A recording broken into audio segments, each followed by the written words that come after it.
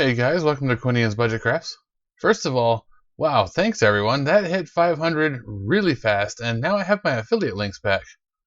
Most stuff I use is on my webpage with a little blurb about why I use it.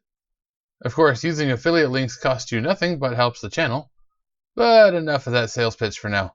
I had a request for a Steamworks bordering on Steampunk build from the patrons. I'm not really sure that this counts as Steamworks. I meant to use more pipes, but that just didn't seem to fit. Also, I've never done Steampunk before, so this video might be a little disorganized as I was totally doing this on the fly. The first thing I wanted to do was make a lit up floor, kind of going for something like the scene in Star Wars where Han got frozen. So take some dollar store foam and make it nice and square, and then cut out a 4-inch square. Then, because this is a diorama and you only need 2 walls, use 2 pieces of foam as a guide to measure with and cut off that much extra from your 4-inch thing to make it 4 inches with the walls in place. It's roughly a 1/4 inch for each wall, but the foam varies a lot, so I tend to cut it to fit more often than just measuring it. So now go ahead and peel the paper off of one side and find the middles. Mark just a hair off of each middle and around the edges, and go around playing connect the dots. You're trying to make a cross in the middle with a foam border around the edge that's the same thickness. My thickness ended up being about a 1/4 inch, but make yours whatever works best. As I did this, it occurred to me that I probably should have based it off of the granny grating, but it ended up working out well in the end anyway, so it'll be fine. Cut out a strip of granny grating the same width as your squares, and if you have little spiky bits sticking off, you can just run your X-Acto down the edge and they'll just trim right off. Cut out each of your squares very carefully. It helps if you're using a brand new blade here. I ended up leaving 1 square in there just to kind of mix it up a little. But to do this, all you got to do is cut through the foam one direction, go back and finish the cut on the other side from the other direction, and then they should just pop out. Then cut your granny grating to fit each one. Because this is kind of an odd size, the holes probably won't actually end up being the same size, so you might need to cut each of the grate pieces to fit each hole. Pop them in the holes, flip it over, and carefully run a line of hot glue around the edges. Mine didn't fit perfect, so I ended up flipping it back over and just holding it where I wanted it until the glue dried. If your floor piece is now all floppy and uneven like mine, don't worry, we'll build a box to put it on. Get some more dollar store foam and cut out a 1-inch wide strip. Use the floor to measure the length you're going to need, and don't forget to account for the wall thickness of the opposing wall. Just glue that into a box using the mat to make sure you've got it all nice and flat, and then flip it over and glue the floor to the flat side. The other side may be a little off. I just can't seem to cut things exactly the same, so mine was. But it'll be fine. Just run it over some sandpaper in a circle until it's all nice and smooth and flat with no wobbling. For lighting under the grate, I'm using a string of dollar store lights. This one is orange and runs on a AA battery pack. They also come in purple and white and the kind where it's just the string lit up, all kinds of stuff. Keep this plastic though, it'll make good windows. So we don't want the light shining straight through, that wouldn't look right at all. An easy diffuser is just a piece of wax paper cut to fit in there. All you have to do is put down some tacky glue. I'm going to use the clear kind throughout this entire build. Just smear it around so you don't have any lumps and stick the paper in. I was worried that it might still be too dark though, so I took some of this mirror tape, cut a strip, and then cut that strip in half. This is a 2-inch wide roll, so that works out perfectly. Just carefully put it inside the bottom of the box you made. You don't really need to be too perfect or even get 100% coverage, just cover most of it. And if you ended up with a little bit poking out of the bottom, just shave it off the way we did the sticker for the dice box lids. There we go, now the lights are a little brighter in the box and diffused through the paper. The floor piece was a little too squishy for me, so I just took a popsicle stick, trimmed it to fit, and then stuck it down on the bottom side of the floor. I mean, it's not structural or anything, but for a dio it does the job. For that outside wall, I wanted it to be to the floor outside the box, all the way up to 3 inches higher than the box. So just use the box on the mat to figure out the total height of the panel you'll need to cut. I think it works out to be 4 1/4 inches, but I mean, you can just rough guess this. It doesn't need to be exact as long as the other one you cut out for the other wall matches. The best way to cut all this out is once you get one piece figured out, use it as the guide for everything else. Just hold it up and cut out the next one. If the first one you did was the same width as the box, you'll need to make sure that when you cut the next one that you include the other 1/4 inch of foam thickness so that you can get an overlap. So you might have noticed I'm not always peeling all the paper off, and that's because I only need to peel it where I'll be working with the foam itself. The rest of it, you can just leave it on there. It'll help add some rigidity to the foam. You will want to peel the ready board sticker off though. Now that you have your 2 wall pieces, go ahead and glue them on. The hot glue will bond to the paper on the lower ones just fine. I went through this hugely complicated process of cutting out pieces and making a second back wall with a 1/4 inch space in there and all, yeah. Even put a reflective tape and everything so I could put lights in there so you could have light shining through the walls. Then I never really did have light shining through the walls. But it wasn't a total waste though, because it does add a nice thickness to the back wall, which ends up looking pretty good. If you want the back wall, just cut out 2 thin strips, whatever thickness you want the gap to be, and then 2 more of the back wall type pieces, just a little bit wider than the first ones, and glue it up the same. Don't glue it yet though. For attaching the lights, we'll just glue 2 lights per wall segment near the bottom, but not quite on the bottom edge. It's really simple, it's just time consuming. Just put a blob of glue down, stick the light on it, and wait. If you're going from the right to the left like I am, take the excess cord from the left light, bring it to the top of the right light, and glue it down. You don't have to, I suppose, but it helps keep everything nice and neat in there, and that way there's also no chance of weird shadows. Just keep going all the way around, and then you'll end up with 2 lights left on the end of the string. Give it a little test to make sure I don't want to change anything. That looks pretty good. If you didn't glue all the loose wires down, go ahead and do that now. So with those 2 extra lights on the end of the string, you can put them in the middle of the floor, or if you want them in the walls, just figure out where they'll be branching off and cut a little notch out of the bottom of the wall, pull your wires into the gap nice and tight, and glue them in there.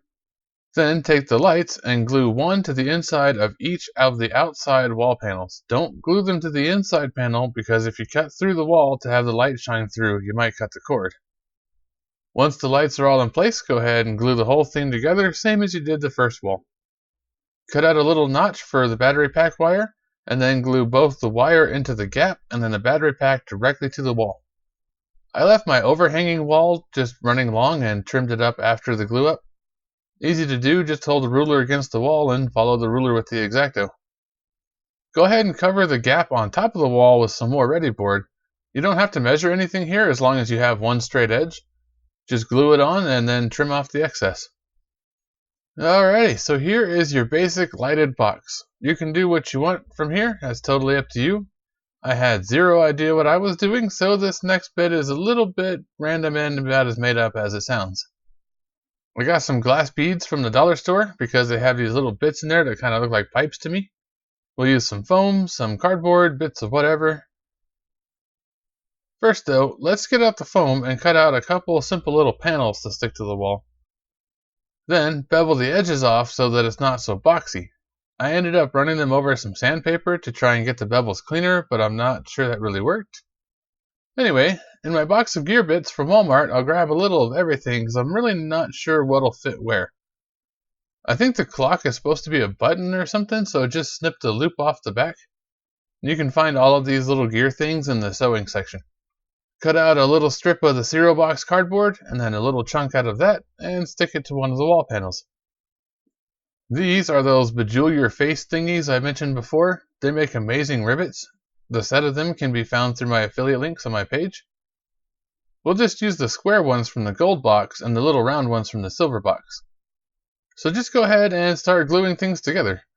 I put 2 of the small gears on this wall panel and then glued the panel to the inside of the dio. The bigger gear looks like it would be cool next to it, but it needs a little spacer so that they look like they're linked up.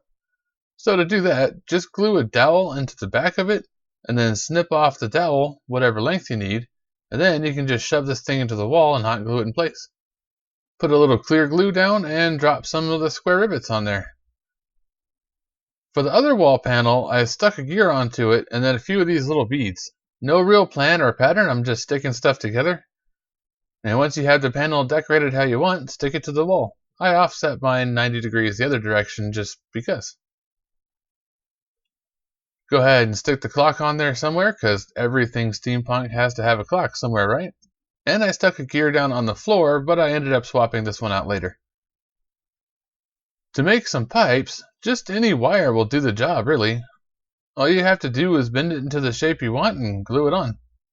I decided to link these two panels together with my pipes, thinking I'd have some running across the floor or something. That never did happen, but the ones on the wall do look good. You can also use the wire as wire after painting and have wires just running all over. That feels like more of a sci-fi thing to do though, so maybe another day. The very outside wall and the seams on it were bothering me, so I went ahead and cut a bunch more semi-random cereal box panels and glued them down just all over. Spread out a bunch of glue with your finger and start slapping them on. If you have some hanging off the edge, that's fine, just trim it when you're done. The whole point though is to make this look as random as possible, so don't overthink it. I took one of the sprues from the skeletons that we used on the pirate ship and glued that to the top of one wall. What is it? I have no idea, but it looks cool. Then a strip of granny grate for the top of the other wall, which gave me an idea. Take a bunch of the cutoffs from the granny grate and stick it to the cereal box panels.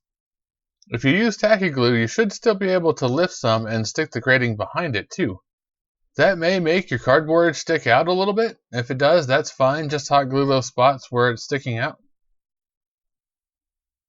Alrighty, now just go ahead and put down more glue and start dropping down square rivet beads.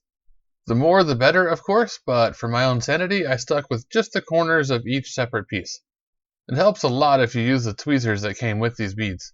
So this thing here is the 3D printed logo from my buddy over at Rumple's Labs. He's the guy who makes the rollers I use. Links to his STL files can be found on my page.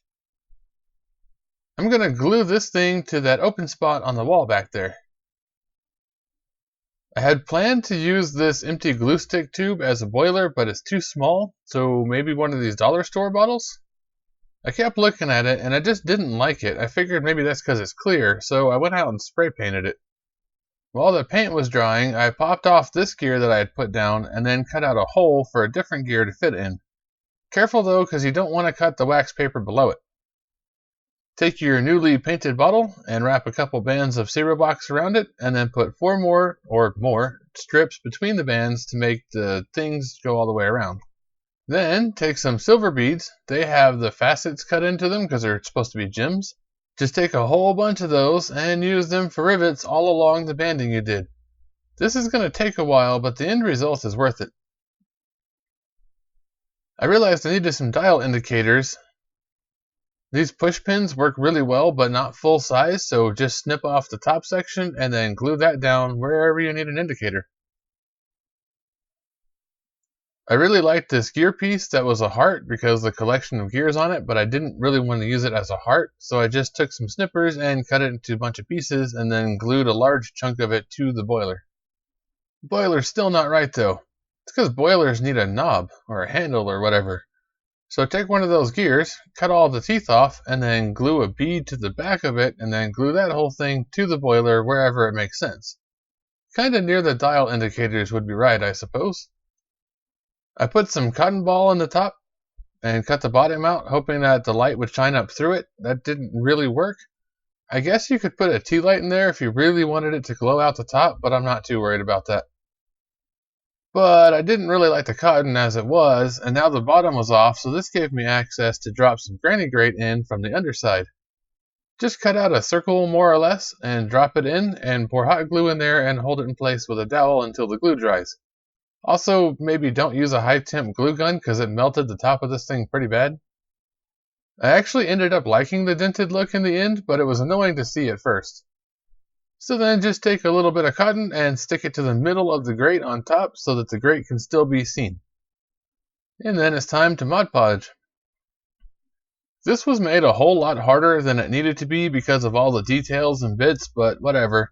Just try not to Mod Podge the grating too much so that you don't make the paper below it all black. As for the painting, I wanted to make the walls dark but not black, so I went through and painted them all with pavement. Not really worrying too much about coloring outside the lines or anything, just don't forget the outside portions too. Then I took a tan and used a bit of sponge to go through and make a mess all over the walls. You'll want to be a little more careful with this color, but it's still okay to be messy. Just blot the sponge down all over the wall parts and the floor until you've got a good dirty look going on. Once you've got the dirty look, go in with a clean but wet brush and basically scrub the walls down, turning your tan into something of a very uneven wash. Paint up the pipes with metal of your choice. I went with a metallic gray and maybe should have used something more contrasting, but this did work. And as long as you've got the metal gray out anyway, go ahead and touch up the edges of the grates on the floor, and the ones on the outside, and the one along the top, anywhere there's metal grating. I used a metallic copper to do both of the big wall panels. Just don't get this stuff on the wall behind the panels because it's not coming off. Alright, so when I went to paint the cereal box on the outside, I wanted the panels to all have their own look and be a little different from each other, so I used a bunch of different metallics on them and even some pewter gray. Just go through and paint them all a little different from each other.